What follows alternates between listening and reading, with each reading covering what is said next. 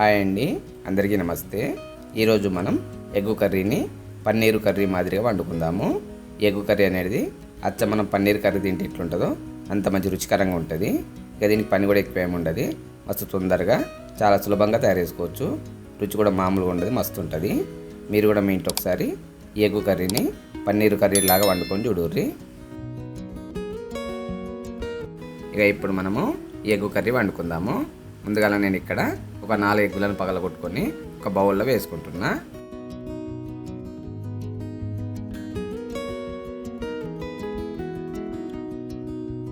ఎగ్గులను వేసుకున్నాక ఇప్పుడు దీంట్లో చిటికెడంత ఉప్పు వేసుకొని ఎగ్గులను మంచిగా కలుపుకోవాలి. ఎగ్గులను కలుపుకున్నాం కదా, ఇప్పుడు కొద్దిసేపు దీన్ని పక్కకు పెట్టుకుందాము. ఇక ఇప్పుడు ఒక ప్లేట్ మీద కొంచెం నూనె వేసుకొని ఈ నూనెను ప్లేట్ మొత్తం రాసుకోవాలి. ఇక ప్లేట్కు నూనె రాసుకున్నాక మనం ఇంతకుముందు కలుపుకున్న ఎగ్ మిశ్రమం ఉంది కదా, దాన్ని ఈ ప్లేట్లో వేసుకోవాలి. బాగా పెద్ద ప్లేట్లో వేసుకోవద్దు, వేసుకుంటే మనకు ఈ ఎగ్ అనేది గడ్డగట్టినాక బాగా సన్నం వస్తుంది. ఈ ఎగ్ను వేసుకున్నాక దీని మీద కొంచెం కారం కూడా చల్లుకొని ఇప్పుడు స్టవ్ మీద ఒక కడాయిలో కొన్ని నీళ్ళు పోసుకొని దాంట్లో ఒక స్టాండ్ కూడా వేసుకొని ఈ స్టాండ్ పైన మన ఎగ్ మిశ్రమాన్ని పెట్టుకొని మూత కూడా పెట్టి తక్కువ మంట మీద ఒక 5 నిమిషాల పాటు ఎగ్గును ఉడకనియాలి. 5 నిమిషాలు అయినాక మనకి ఎగ్గు ఉడికింది కదా, ఇక ఇప్పుడు ఎగ్గును తీసి కొంచెం చల్లారినాక వీడియోలో చూపించినట్లు కొన్ని నిలువుగా కొంచెం అడ్డంగా ఒక చాకుతోటి కట్ చేసుకోవాలి. మనకు పన్నీర్ ముక్కలు కట్ చేసుకుంటాం కదా, అగో మనం కట్ చేసుకున్న ఎగ్గు కూడా అట్లా పన్నీర్ ముక్కలాగా ఉండాలి. ఇక మీకు 5 నిమిషాలకు ఈ ఎగ్గు ఉడికి గడ్డలాగా తయారు కాకుంటే మళ్ళీ కొద్దిసేపు ఈ ఎగ్గును ఉడకనియ్యి. మనకు ఎగ్ అనేది ఒక గడ్డలాగా తయారు కావాలి. చూస్తున్నారు వీడియోలో మనకు ఎగ్గు ముక్కలు కూడా పన్నీర్ ముక్కలాగా ఉన్నాయి. ఇక ఇప్పుడు ఒక మిక్సర్ గ్రైండర్లో సగం చెంచా జీలకర్ర, 2 చెంచాల ధనియాలు, చిన్న దాల్చిన చెక్క, 3 యాలకులు, 3-4 లవంగాలు, 4-5 మిరియాలు వేసుకొని వీటిని బెత్తని పౌడర్ లాగా గ్రైండ్ పట్టుకోవాలి. ఒకవేళ మీకు ఘాటు ఎక్కువ కావాలనుకుంటే కొన్ని మిరియాలు లవంగాలు ఎక్కువ వేసుకోర్రి. ఇక గ్రైండ్ పట్టుకున్నాం కదా, ఇక ఇప్పుడు ఇదే మిక్సర్ గ్రైండర్లో కొన్ని ఎండు కొబ్బరి ముక్కలు, కొన్ని కాజు ముక్కలు, కొన్ని టమాటా ముక్కలు, 3 పచ్చిమిరపకాయలు, కొన్ని ఉల్లిపాయ ముక్కలు, అట్లనే కొంచెం కొత్తిమీర వేసుకొని వీటిని మెత్తని పేస్ట్లా గ్రైండ్ పట్టుకొని పక్కకు పెట్టుకోవాలి. ఇక ఇప్పుడు స్టవ్ మీద ఒక కడాయి పెట్టుకొని దీంట్లో 2.5 పావుల నూనె పోసుకోవాలి.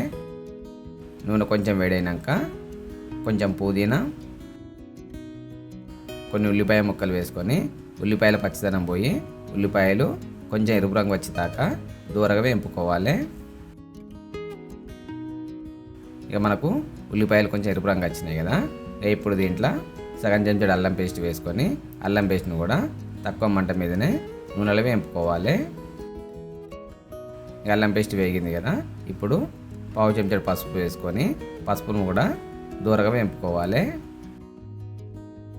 ఇవన్నీ మంచిగా వేగినాయి కదా, ఇప్పుడు దీంట్లో మనం గ్రైండ్ పట్టుకున్న టమాటా, ఉల్లిపాయలు, కొత్తిమీర, కాజు పేస్ట్ ఇట్లా ఉంది కదా, దాన్ని వేసుకొని అన్నీ మంచిగా కలిసిపోయేటట్టు కలుపుకోవాలి.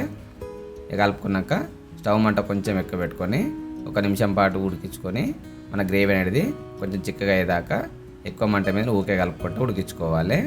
మన గ్రేవీ అనేది కొంచెం చిక్కగా అయింది కదా, ఇప్పుడు దీంట్లో సగం చెంచాడు కారము, రుచికి సరిపడినంత ఉప్పు, మనం గ్రైండ్ పట్టుకున్న మసాలాలను వేసుకొని అన్నిటిని మళ్ళీ ఒకసారి కలుపుకోవాలి.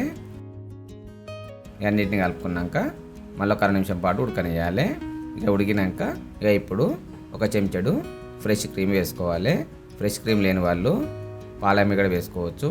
పాలమీగడ కూడా లేకుంటే మంచి గడ్డ లాంటి పెరుగును కూడా వేసుకోవచ్చు. ఇక ఫ్రెష్ క్రీమ్ వేసుకొని ఒక 1/2 నిమిషం పాటు మామూలు మంట మీద ఉడికించుకోవాలి. 1/2 నిమిషం అయినాక మన గ్రేవీ అనేది కొంచెం గట్టిగా ఉంది కదా, అందుకని ఇలా కొన్ని నీళ్ళు పోసుకొని ఇప్పుడు అన్నిటిని మళ్ళీ ఒకసారి కలుపుకొని దీని మీద ఒక మూత పెట్టి ఒక 2-3 నిమిషాల పాటు ఈ గ్రేవీని ఉడికించుకోవాలి. ఇక గ్రేవీ ఉడికి నూనె సమర్ కొంచెం పైకి తేలింది కదా, ఇప్పుడు అన్నిటిని ఒకసారి కలుపుకొని ఇప్పుడు దీంట్లో మనం కట్ చేసి పెట్టుకున్న ఎగ్గు ముక్కలు ఉన్నాయి కదా, వాటిని వేసుకోవాలి.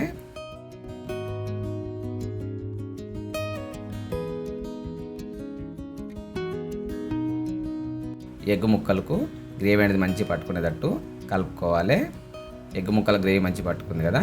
ఇక ఇప్పుడు మామూలు మంట మీద ఒక 2 నిమిషాల పాటు ఉడికించుకోవాలి.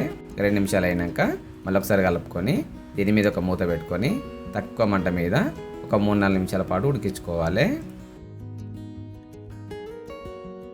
ఇక 3-4 నిమిషాలు అయినాక మూత తీసి కొంచెం కొత్తిమీర కూడా వేసుకొని అన్నిటిని ఒకసారి కలుపుకొని ఇక మన గ్రేవీ అనేది సరిపోయినంత చిక్కగా ఇట్లా ఉన్నట్లయితే స్టవ్ బంద్ చేసి దించి పక్క పెట్టుకోవాలి. ఇంతే, మనకు పన్నీర్ కర్రీ లాంటి ఎగ్ కర్రీ తయారైపోయింది. చూసిరు కదా ఎగ్ కర్రీ ఎట్లుందో, అచ్చం మనకు పన్నీర్ కర్రీ ఎట్లుంటుందో అట్లుంది కదా. రుచి కూడా పన్నీర్ కర్రీ లాగానే మంచిగా ఉంటుంది. మీరు కూడా మీ ఇంట్లో ఒకసారి ఎగ్ కర్రీని పన్నీర్ కర్రీ లాగా తయారు చేసుకొని చూడుర్రి, మస్తు మంచిగా ఉంటుంది.